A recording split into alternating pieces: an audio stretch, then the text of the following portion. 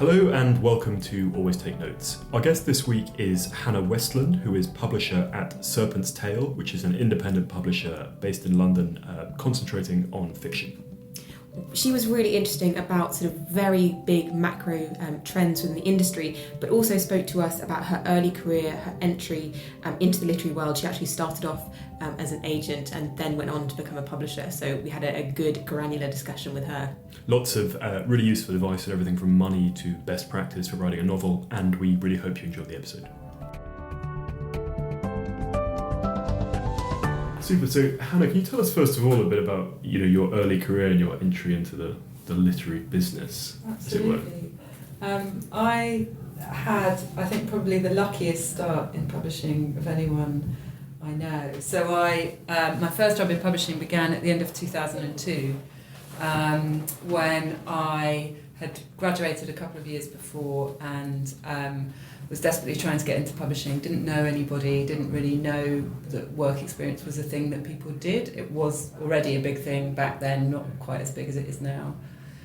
So I just wrote to all the literary agents in London, as well as lots of publishers, and just said, why don't you give me a job, please? Had you been studying English? I studied English at Leeds University, but I came out of my degree. The degree at the time, then I don't know if it's still the case in Leeds, but it was very theory heavy. So I came out of it feeling that literature had been kind of thrashed to death by theory and ideas, and I was really not keen to stay anywhere near academia. So it took me a while to get that out of my system. I went and travelled the world and read loads of novels and rediscovered my love for them, basically. Yeah, I can read a novel for like 6 months. It's funny. It sort of works for some people, but for me, it really wasn't how I wanted to engage with literature. So it was a good lesson, really, in knowing that if I wanted to work with books, it was not going to be on the academic side. Yeah. And do you sort of have more of a draw towards being an agent or going to publishing, or just at the time it was just whatever foothold I can get, and I didn't really know agents existed until I started trying to find out how the industry operated, because they were sort of, I suppose sometimes people still think they're quite shadowy, but then lots of them didn't even have websites, and it was really hard to find out about them. I just wrote to anyone that I could find an address for. I didn't really hear back from any publishers. But what was your sort of source book for this? Were you using the Writers and Artists Yearbook? The Writers and Artists Yearbook, which I think I got out of my local library, and that was the only way I could find anything out, really. Back then there was not as much online. Yeah. And one of the only people that wrote back to me was Deborah Rogers, who was the person who founded Rogers, Coleridge and White, which is one of the top London agencies. And it turned out that her assistant had announced he was leaving the day that my letter arrived, which is only an interesting part of the story, because if you ever saw her office, you'd realise that if my letter had arrived any other day than that, it would have immediately got lost, because she kind of looked like she'd been burgled constantly. There was sort of mound, decades-old piles of paper everywhere. Where was the office? It still is in Powis Mews in Notting Hill. Okay. It's been there for about 30 years, I think. Anyway, she rang me up and said, come in for an interview. And I went along not knowing anything about her and finding it quite hard to find anything out about her, and arrived in her office, looked around the shelves and discovered that she was the agent for Ian McEwan, Peter Carey, Kazuo Ishiguro, the Angela Carter estate, and Hanif Qureshi. The list just goes on and on. And somehow muddled my way through this interview and didn't kind of make her think that I was completely hopeless. I think she wasn't the most rigorous interviewer and tended to like people that she sort of got along with rather than had all of the best qualifications. And at the time, the main question I remember her asking me was, apart from us talking for a long time about what books we loved, was, you do know how to do email and things like that, don't you? And that was sort of the extent of my the practical skills that were required. Right. So I started working for her as her assistant, and I was at RCW for 10 years, working for her as an assistant and also for David Miller, both of whom sadly had died in the last couple of years, actually. But I got my education through the two of them, and then eventually became an agent there. Is that a very established kind of career path from assistant to agent, or is it relatively difficult to make the leap? It is hard to make the transition, and the only way to make the transition is to take on extra projects in addition to all the work that you're doing supporting the agent that you're working for. So there's always this difficult time where you're kind of doing two jobs really.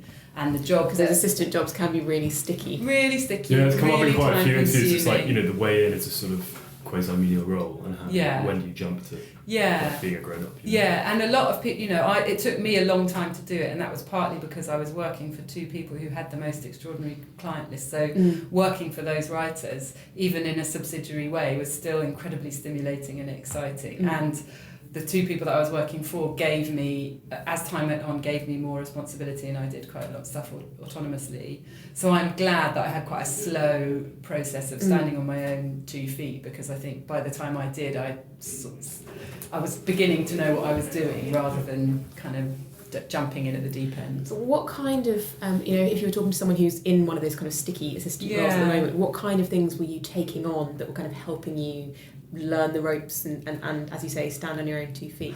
I suppose very often it was, we were getting tons of stuff in all the time, unsolicited manuscripts, and we would, as assistants, we would often be the first people that were sifting through those things and finding them, and very often our senior colleagues wouldn't really have time to engage with them unless they were clearly really good straight away, or they kind of had something that was going to make a direct line to them.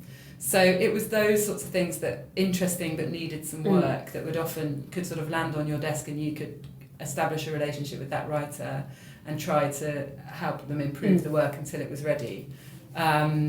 So I think that's really what I started to do with a handful of people. And then when I had one or two things that I thought were good enough, I went out and tried to sell them. I also had very generous senior colleagues who, when they felt I was ready, if they were sent something interesting, said, look, why don't you have a go with this? And so they sort of gifted me projects that looked likely to succeed to help me. And we always try and ask Australians about money on the podcast. Yeah. So when you were starting off in that kind of role, were you being paid like a proper wage? Or? I was being, so it's 2002, and I'm happy to say what my starting salary was £16,000 in 2002, and it gradually went up by small increments every year, and we also got a small bonus every year at RCW.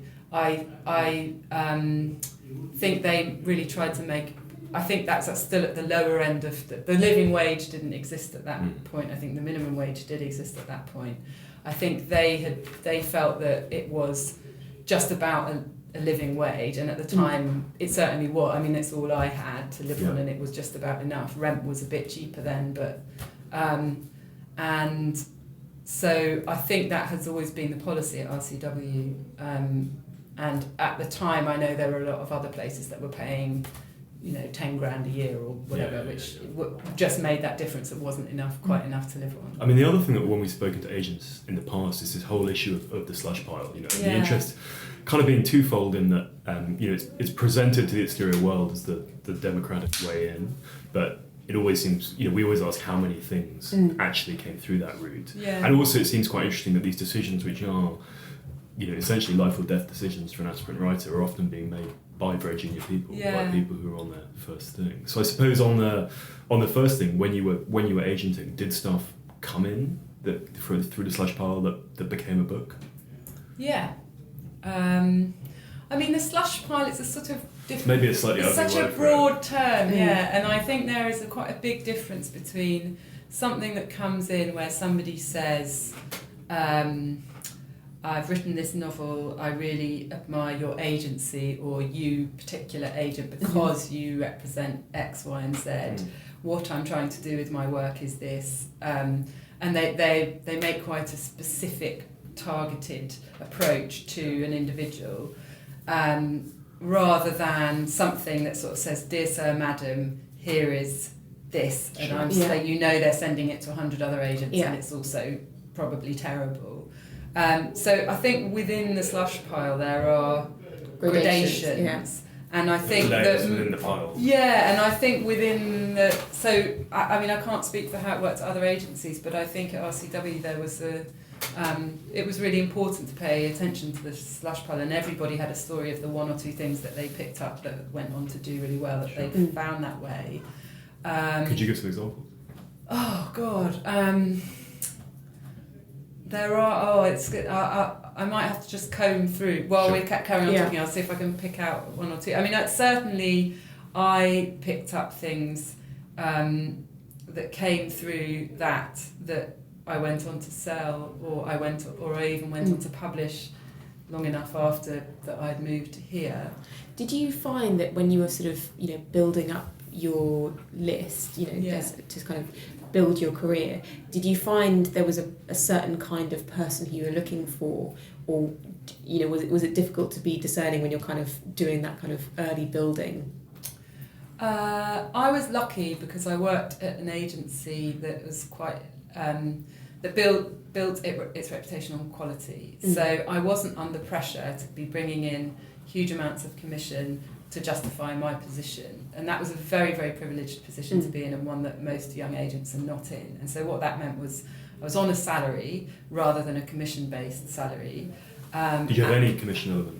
No, and I was only ever really a junior agent there, so that might have changed if I'd gone on further, and it would be well worth you talking to somebody who's there now, because it may have changed. But so really my remit was to go out and find young writers who would hopefully end up being the next generation of McEwan, Ishiguro, etc. And there was an awareness at the agency that those people wouldn't necessarily command big advances at the beginning of their careers. So I could focus on really high quality projects, whether they be fiction or non-fiction. I definitely realised quite quickly that trying to do fiction alone, which was sort of my original passion and my main sort of reading area, was going to be quite hard, because it takes people a long time to write novels, it takes quite a long time to edit novels, it takes a long time to polish them and make them feel ready to be published, whereas a non-fiction proposal can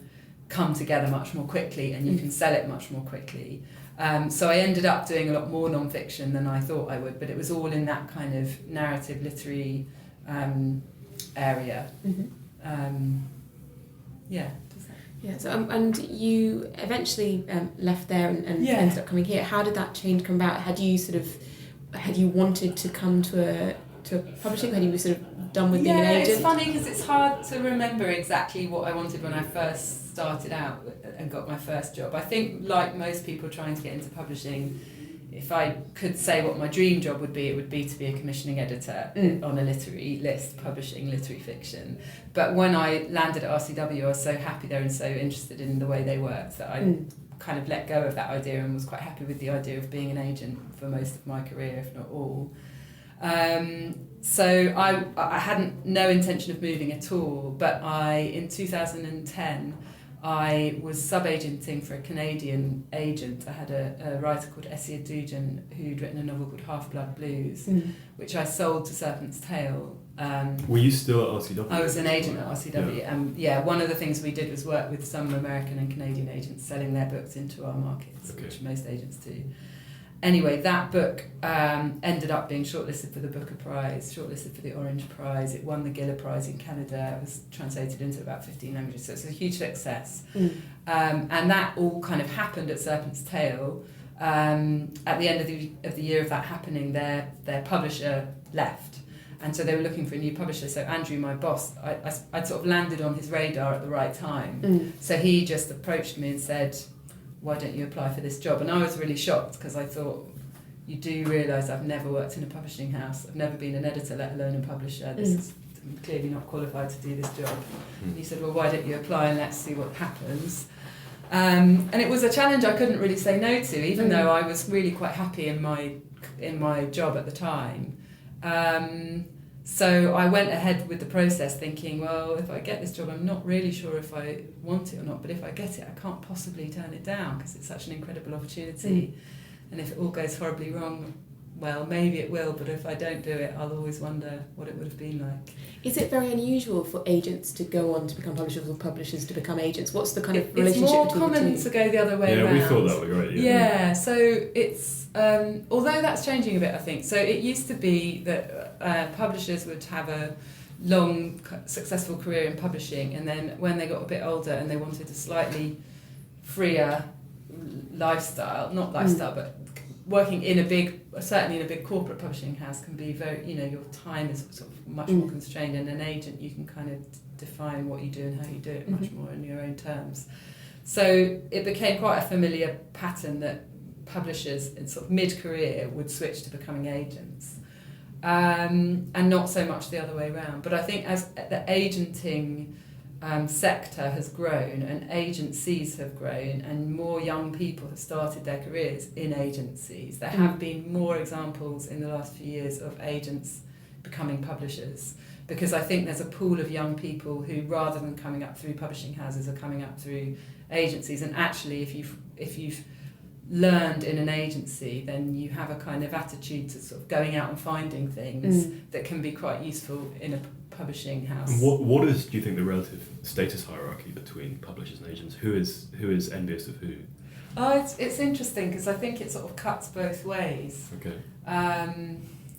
And having been on both sides of the fence, I think there are resentments on both sides. I thought it was quite interesting, I think, that the extent to which publishers can be quite judgmental of publishers can think that agents don't do as much work as them. Okay. And that's because the work of agents, a lot of the work of agents is largely invisible. It doesn't result in a book that you've produced at the end of the process of all the work that you've done, even though you can claim a role in that book.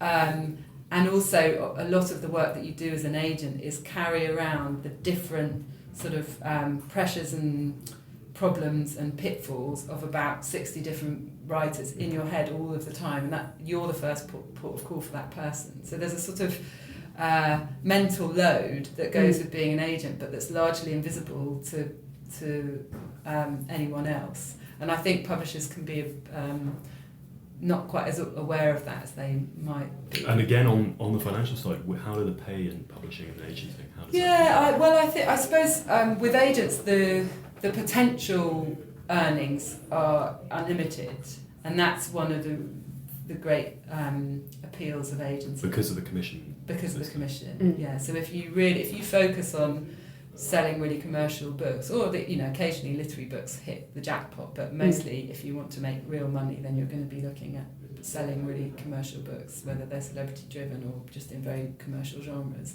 You can make a lot of money. In a publishing house, even if you get right to the top of you've got to get right to the top of the corporate tree to be earning in the hundreds of thousands, I suppose. Anyone else I can't speak to what the corporate pay structures are like. Certainly here, I think we have a really quite a fair structure of how people are paid, and there isn't a huge gap between the person at the top and the person at the bottom.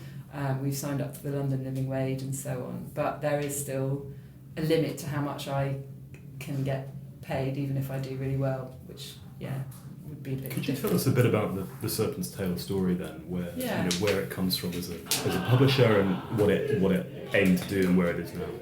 So Serpent's Tail was set up in the mid-80s by Pete Ayrton, who was a legendary, amazing, cool guy who retired a couple of years ago, whose inspiration really was that he felt that British publishers were not looking around Europe and beyond the English language enough to all the interesting things that were going on in other literary cultures.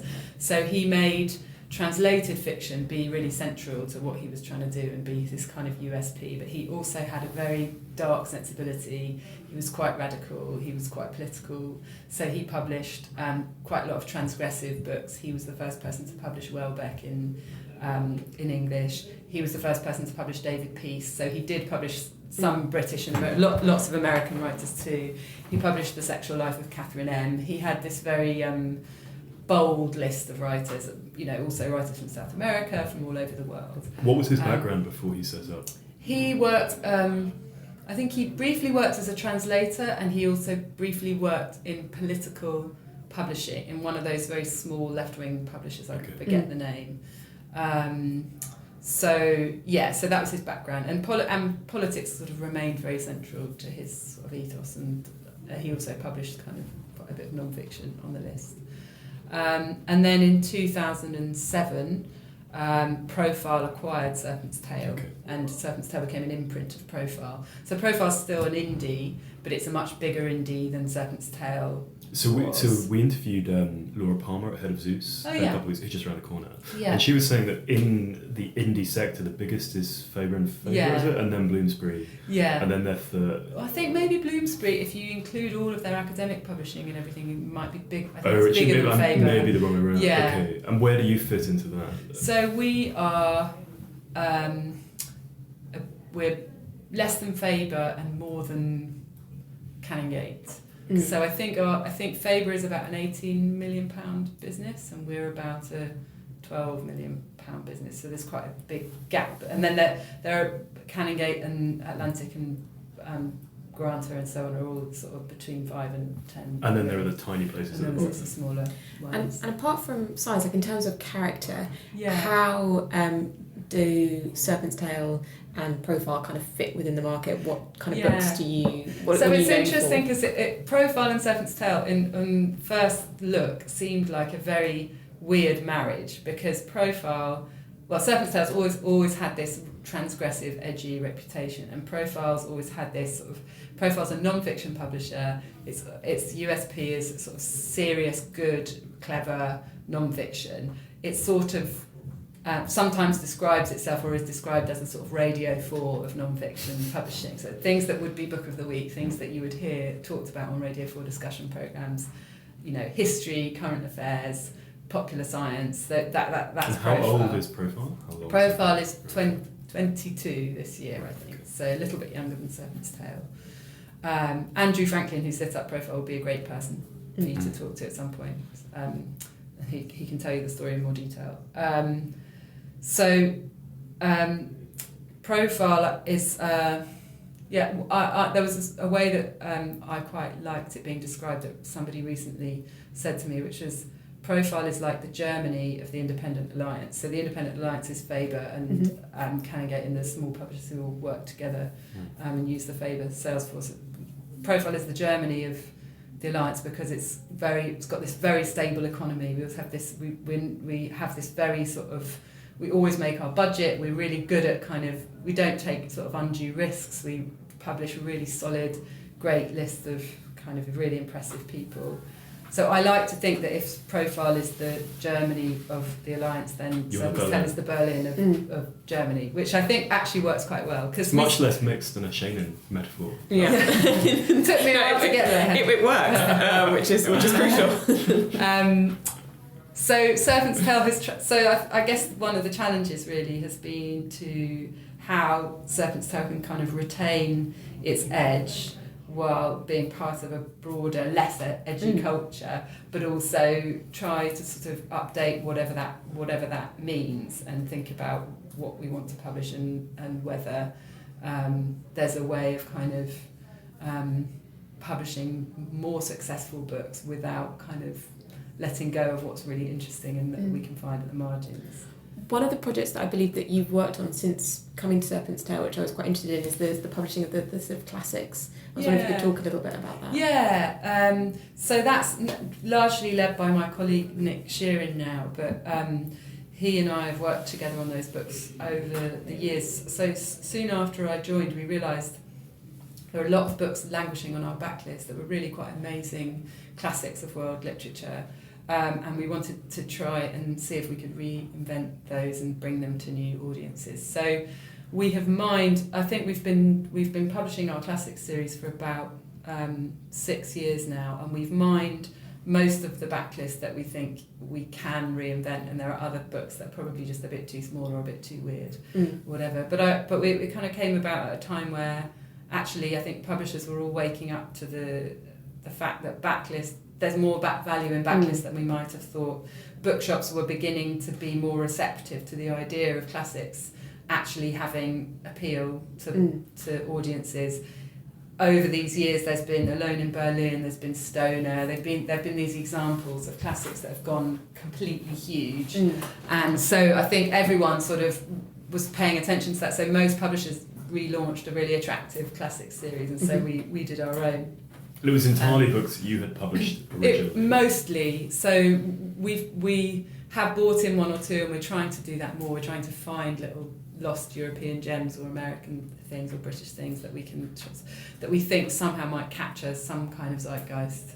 I bought in an amazing American novel, one of my favourite American novels of all time, that we published a couple of years ago, called Jernigan by David Gates, which is, I thought, could be the next Stoner, but it's about the kind of dying months of a crazy alcoholic's life over who's sort of letting everyone down and like a kind of under the volcano sort of thing. Yeah, exactly. But it's very funny and very, very amazingly written.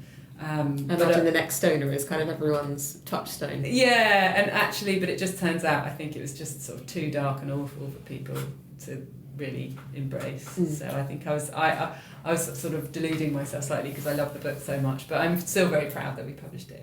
And more broadly, what do you see the role as independent publishing doing? What's its kind of raison d'etre or its distinctions in an increasingly homogenised marketplace?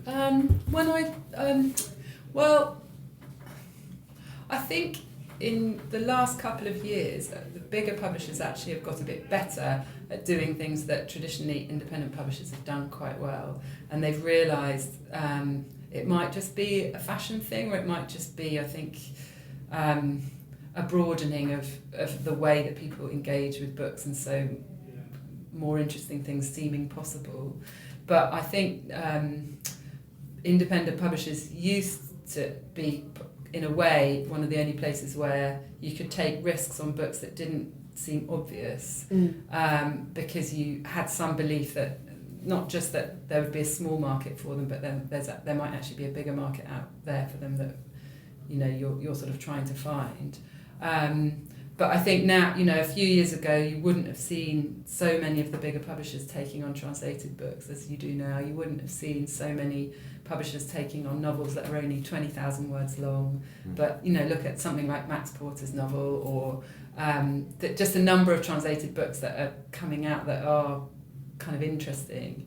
I think there's not as much difference, in a way, between what the literary lists that corporate publishing houses are doing and what we're doing, which is probably quite an unfashionable view. And as an independent publisher, I should sort of say the big publishers are all really corporate, they don't take interesting risks, and we're the only people that take interesting risks. But I don't really think that's totally true. In terms of the sales of books in the UK, what fraction of that belongs to independent publishers and what fraction to mainstream? I don't know exactly, actually. I'm sure you could look up the stats on the bookseller website. They're always publishing, year on year they do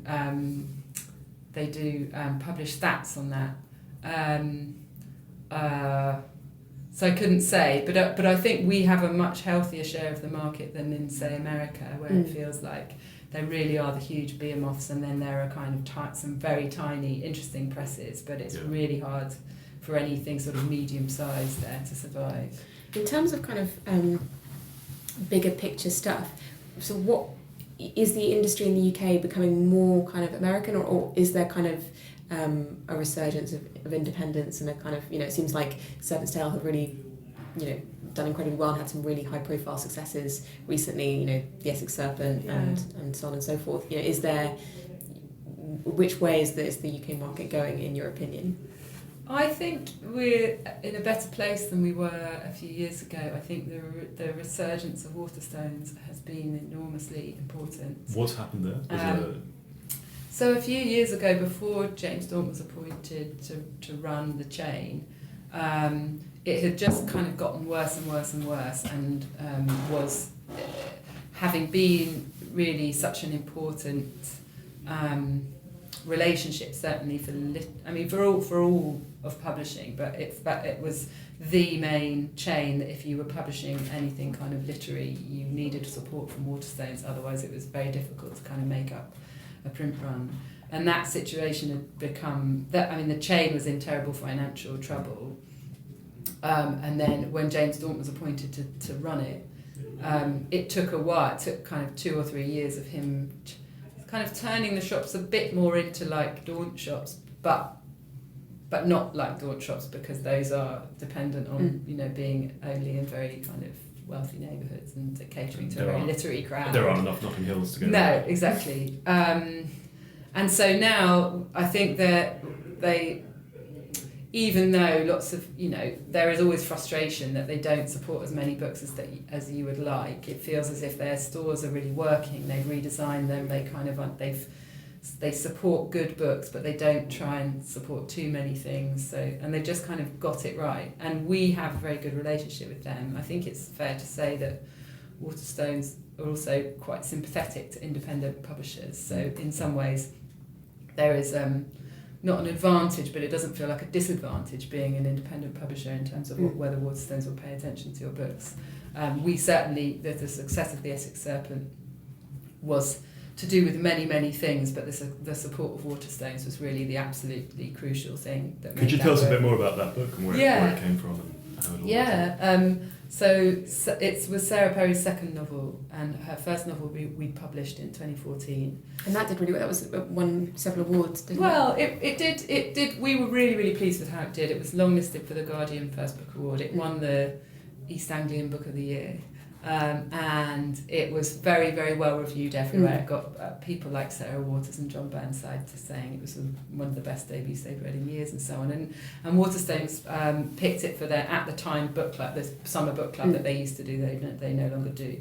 So for a very beautiful, quite quiet book, we were really pleased with how well that we'd done with it. But it was by no means a bestseller. Established her nicely and so on. So then when she wrote The Essex Serpent, which was clearly a much bigger and book that clearly could have a much bigger audience, we just really decided to put everything into trying to make it a big book right from the moment that we acquired it. And so what concrete steps can you do if you see a gem in the making, you think this has the legs to become a commercial success, what are the things that you can do to push it over that edge? Yeah, there's lots, but I think step one is that you all, as a company, with one voice, start saying a year in advance, this book is huge. This book is going to be huge. This book is going to be huge. And I think if you can do that, not off the back of saying, and I was in an auction with 10 other publishers and I paid $200,000 for it, then you're already at an advantage, because that you often see publishers trying to use the fact that they won an auction to get a book as a way of promoting it by saying, look, everyone wanted this and we got it. I always think that when you see that, you think they've got hundreds of thousands of pounds riding on this book, they're terrified, they've got to make it work. But when you don't have that, people just know that you're telling the truth. Cause there's no financial incentive for you to big up a book. Yeah. Although there is, certainly when it's explained to me, what an advance does correlate to is marketing spend, right? Because if a publisher has shelled a lot on that, then the incentive to recoup is... Well, they have to, yeah. So there's definitely, if a publisher has paid a lot for a book, they have to spend a lot to make the book work. But we, as an independent publishing house, do not spend a lot on advances until we have a successful author, at which point we're in a comfortable position where we can pay. Yeah, I was going to ask you, as an independent, how does that, both advances and promotional spend and so forth compare to what other people are paying? So I think our advances for kind of new, unproven writers are quite modest. I think that I hope they are a sort of reflection of our kind of cautious ambition. Could you give examples? Again, we always just at such a range. I mean, the smallest advance I've ever paid for a new novel is £2,000. The biggest advance I've ever paid for a novel is for Sarah Perry's new book, but I can't tell you how much that was for. But it was for an amount that would be comparable to the big advances that big publishers are paying for their big name authors. So we, as a successful independent publishing house, we can pay when we know that we have a writer who is successful, that we know that we can make their book work, but we can't take the kind of big risks based on guesswork. Hence you're trying to develop. Yeah, so the whole model really is to build people up. So with Sarah, we started out with her first book, we paid her a small advance, and each time, we've built her up. And so, we really, really believe in paying writers as well as we possibly can, but that has to be balanced by our the fact that we're a small company and we can't expose ourselves to... Is there a frustration then that if you build someone out of a big success, then a big corporate can come and kind of... pitch them? Yeah, and that used to happen all the time to Serpent's Tail. So people like Welbeck, Lionel, Shriver, we published We Need to Talk About Kevin, and then she moved to HarperCollins. But it's frustrating, but it's also, you can't really blame a writer, I don't think, if they're offered a cheque for double the amount that you can pay them. Yeah. You know, it's fair enough in some ways, but it is very, very frustrating. And definitely one of the things I wanted to do here was, as we tried to build up a stable of writers who hopefully reliably are really successful, we are able to have a relationship with them that is worth a huge amount, but we're also able to pay them an amount that is, you know, not, that is kind of in line with what they might be paid elsewhere, and we are in a position to do that. So in terms of sort of bigger picture movements in the industry, we've heard lots of people be a lot more optimistic than they would have been 3 or 4 years ago about kind of ebooks versus you know, physical books, and the kind of changes in consumers' attitude, you know, just to books as objects. Do you have any sort of views about that as an independent in terms of, you know, how you design your books? Yeah, so you're absolutely, a few years ago, everybody was saying ebooks are going to, you know, eat us and we're never going to be able to survive. And actually things have stabilised. So in certain areas, ebooks can be a really, really big part of sales, and in others they're really still a very small part. In fiction it kind of varies actually, so commercial fiction is can be quite heavily ebook driven. Literary fiction is a solid part of our sales will be ebooks, but it's almost like the ebook sales follow the success of the print book, and so what you really need to do is make the print book very visible and very successful, and then ebook sales will follow. So I think the quality of book design and production has unquestionably gone up in the last few years, and if you look around any bookshop, just the books look lovely, and more money is being spent on making them look lovely.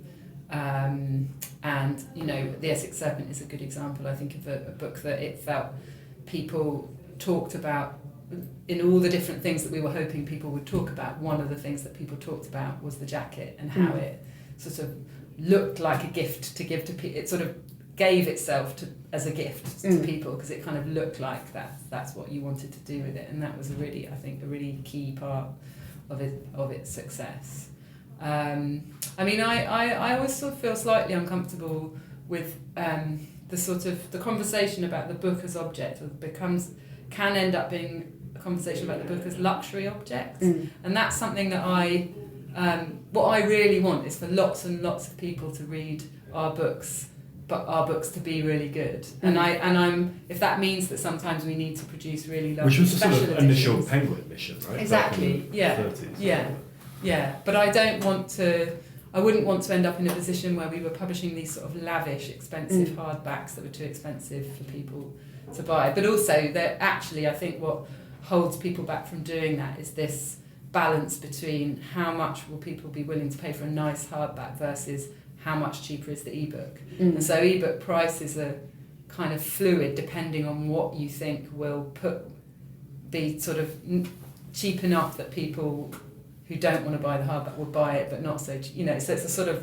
balance between the two. And how does the fiction non-fiction split work for you? What fraction of your business is that? So actual Serpent's Tail non-fiction is a very small part of our list. So we publish sort of 3 or 4 books a year on our list that are non-fiction, which have historically tended to be political or popular culture, and still kind of in that area. So last month we published a really great book by a guy called Matthew Collin called Rave On, which was he wrote a book for Serpent's Tail in the 90s about the rave scene and how the rave scene started in the UK, and this was a book about what's happened after 30 years and how rave culture's gone global and become $1 billion industry. So there's a sort of natural non-fiction book for us to do.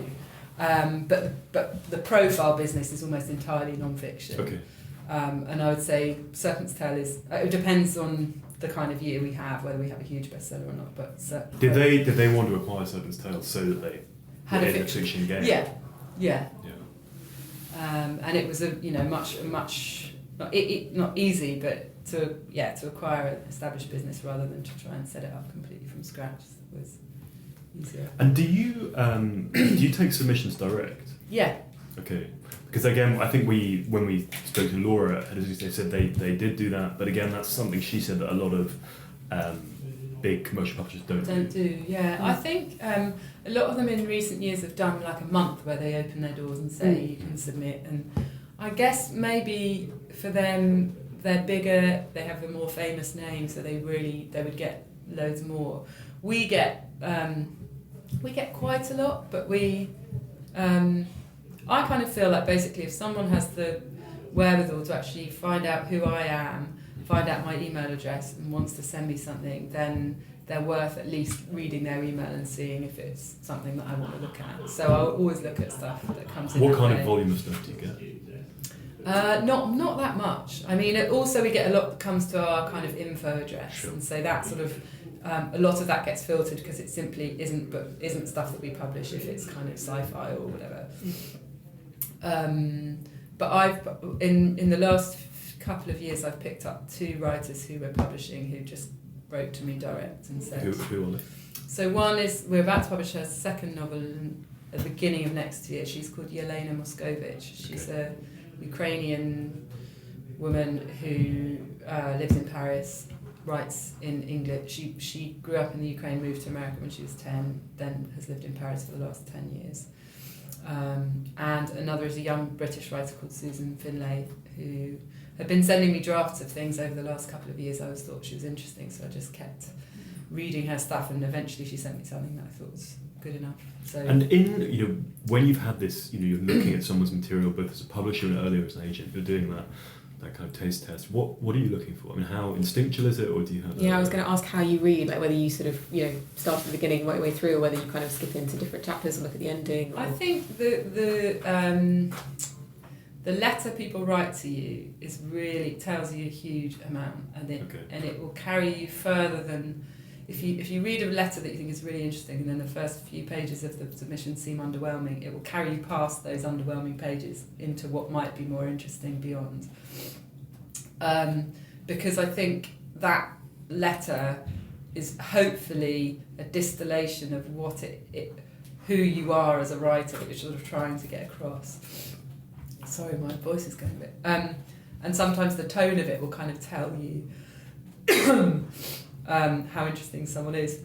Someone that's like a real, and I'm mainly talking about fiction here because it's mainly what I do, but someone who's really serious about writing fiction, who really has thought about it and knows about it deeply and thinks about it deeply, that should come across.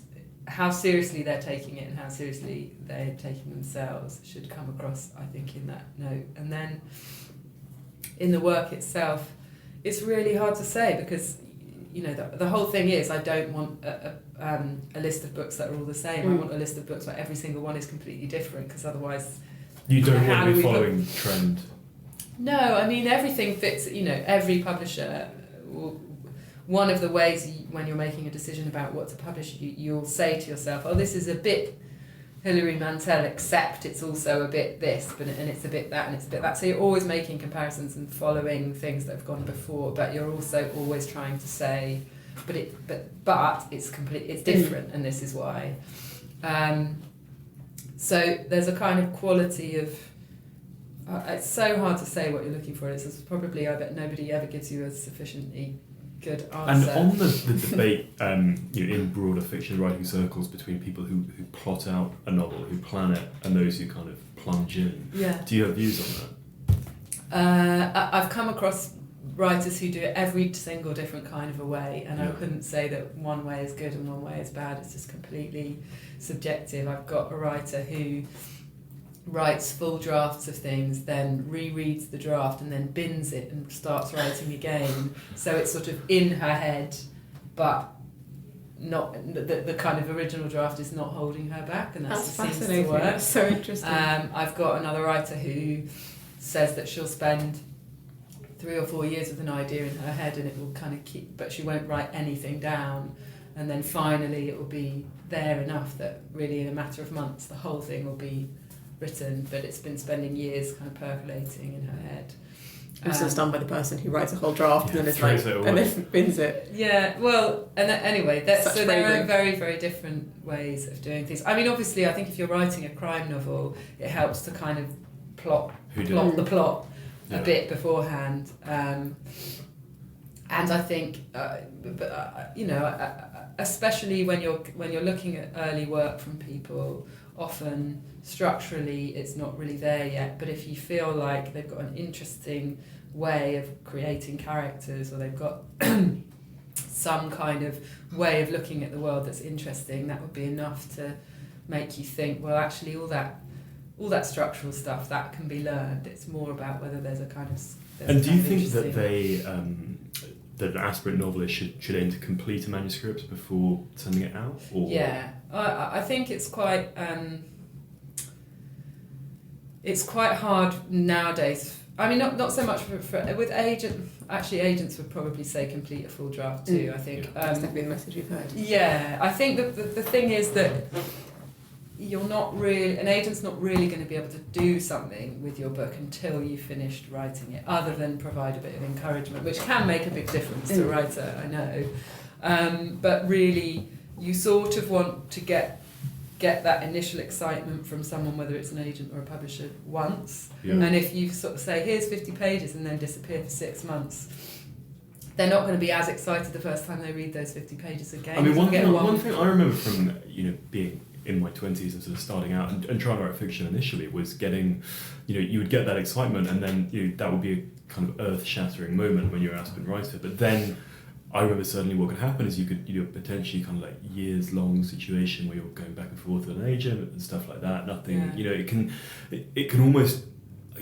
I hesitate to use the word exploitative, but because people are it's so emotionally charged, right, for the people involved. I think that's right. You can also you can end up in situations where someone's expressed early interest, then you come back with a whole draft, they're kind of not so keen, but they sort of feel obliged to provide some notes, but maybe those notes take a long time to come because they're not as excited, and then you get frustrated, and then so I think the more work you can present that's more as close to being potentially ready to go as possible, the better, because it's going to be the most honest appraisal. Yeah. And I think what I came away from was it's ultimately a professional relationship, right, that you have with that. So, I mean, do you have a view on creative writing courses and things like that as well? So I think they can be incredibly helpful for people who need structure and support. Some writers really need that and some writers don't. So I think if you are if you need that and you sort of want a process that's kind of make you carve out time in your life to get further along with your writing, then they're really good. I think there are some people who are really good at teaching writing and some people who are probably not as good. I don't think that they can necessarily... I think probably a lot of people who are never going to be successful writers do creative writing courses, and that is perhaps a bit suspect. On the other hand, I think lots of people who are teaching on these courses are just trying to get by because they're not making enough it's the from classic their writing. Thing, right? The top practitioners aren't necessarily going to be the ones teaching. Yeah, well, but also that, if you're only earning tiny advances from your books and you need to supplement your income, then maybe you'll teach, and maybe the people that you'll teach, you'll know that they're not that good. But that Hanif Qureshi comment where he was writing about some description? It's like everybody needed therapy. Well, I think he was writing about some like awful human situation. He said, I've not seen this much unhappiness since a creative writing course. Yeah. It is an interesting phenomenon, because when I first started out in 2002, there were not that many. Yeah. There was UEA and Glasgow and Manchester. There were a few, but there weren't. Now it feels like every university has one. Yeah. And I think they are a sort of solid money-making operation for universities, but that sometimes that can genuinely be a really great path for a writer. I have found people through going to those courses and talking to the students, and that's worked out well for me. But I've also spoken to a couple of writers who've really not only enjoyed the courses, but then have found kind of like the writing group that that's really sustain them and help them. Yeah. a sort of final thing, the whole conversation about diversity in publishing and stuff like that. I mean, I think, what Kassia and I find interesting is, and part of the reason we do the podcast is, no one ever explains how it all works to you, and it is a kind of confusing world to try and get into. As you say, there's more information now on the internet than there was. How do you see that conversation and that piece evolving in terms of the democratizing the way it's in? Yeah. So what I've been trying to do really over the last couple of years is just sort of listen as much as I can to what people are saying, the problems and the obstacles, and the limitations and the shortfalls are, because I think it's really interesting how many people are standing up and saying, actually, I found publishing really intimidating or unwelcoming, and if you're a person of colour and there's nobody like you around you, that's very difficult, and so on. And I think trying to really listen to that and think about how that can be addressed is really, really important. As a small company, it's quite...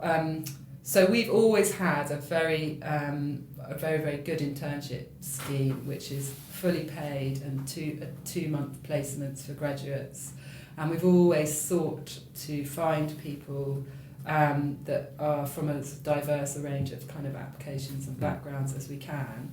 And I think we were quite ahead of the curve in doing that. And I think now all publishers are really waking up to trying to they're launching all kinds of different schemes. Yeah. Because we're quite small, there's not much sort of there's not really like a big company-wide initiative we can do on the scale that PRH and people are doing, sort of changing their or sort of running much bigger kind of schemes that bringing in new people into their workforce. But I think our internship scheme has always been good, and I hope we'll continue to bring interesting people to us and help those people who've gone on to have jobs elsewhere. I realise I have one other question actually. The future of literary fiction. This is the other thing that's come up. Where is that, as a publisher that concentrates on novels and so forth? Where do you see that going, and is it even a useful term to be using?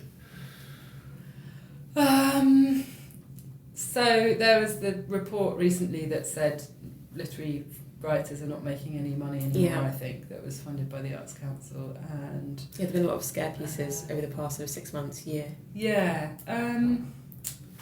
I mean, I feel that ever since I started, it has always kind of been the case that most literary writers haven't made very much money from their work, and the number who do is a very, very small number at the top, and there's always that statistic about the average earning of a published writer. Exactly. Yeah. So I do think that's always been the case. I think what has definitely changed over the course of my career is that the supplementary ways that writers could make money have diminished. So interesting that we're talking about creative writing courses, is that has become a new way for writers to supplement their income, where once they used to do lots of freelance writing. So when I first started at RCW, I spent a huge amount of my time fielding commissions for not even well-known writers to do travel pieces, to do think pieces, to do cultural pieces, for which they were paid decent amounts of money, and that amount of money would amount to an income alongside a small book advance. And those are the days. That's more or less, it's very, very hard to do that now. And also I think we have a there are fewer review pages, so it is harder to break people out. But I'm not sure that it's a crisis. I'm not sure. I think there are really interesting writers being published, and as I said earlier, I think publishers are kind of taking more risks in terms of the kinds of works that they're willing to publish than they were a few years ago. So I don't think it's doom and gloom. I mean, I do appreciate that the question of how one earns a living as a writer is a very, very vexed one. And hopefully if the Arts Council do draw conclusions from that report, it will be that they do need to think about continuing. Do you see an increasing number of your writers writing for TV, like writing drama for TV? Because that's certainly in the States where it seems that novels are going. Well, yes. I mean, certainly some of our American, we published some American writers who do write, who have always had that string to their bow. Attica Locke is one of them. And I think the kind of potential for TV adaptation of people's works, again, is also something that is hopefully happens for some people. I hope that is something that some of our writers will be able to go into. I do think it's quite a different thing though, so I think only certain writers will really let their style will lend themselves to TV writing, but maybe as it becomes a more of an established thing for people to do alongside books, it will sort of become more natural.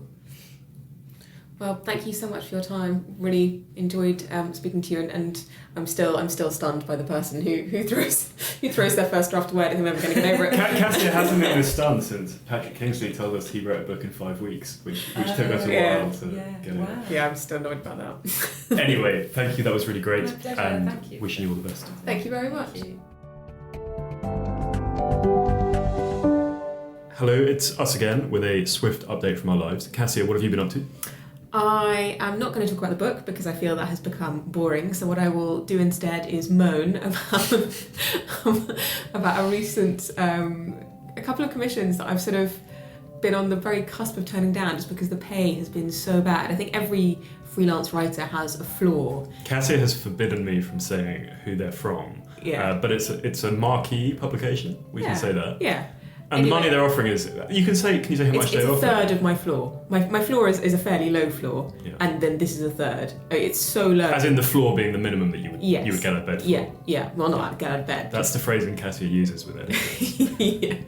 But, you know, I almost had to keep on rereading the email because it's so low that it makes me want to cry. And then you sucked it up and did it. And then I, womaned up and was like, I've got nothing else better to do with my time. Anyway, it is obviously a live debate there, so do send us your feedback. In terms of me, I continue to work. What's your floor? I'll tell you your floor. I'll tell you my floor if you tell me your floor. I'll tell you off the air my floor. That's no fun. Floors are a discussion for another day, I think. I feel a bit awkward now. It depends who it's for. There are people I would write for small amounts of money. You're dancing around the floor. Yeah, I'm dancing. Anyway, I have been slogging away like a proverbial galley slave on my book, but that's okay. I have, touch wood, a piece in the Paris Review this week, for their website, and a piece in the FT.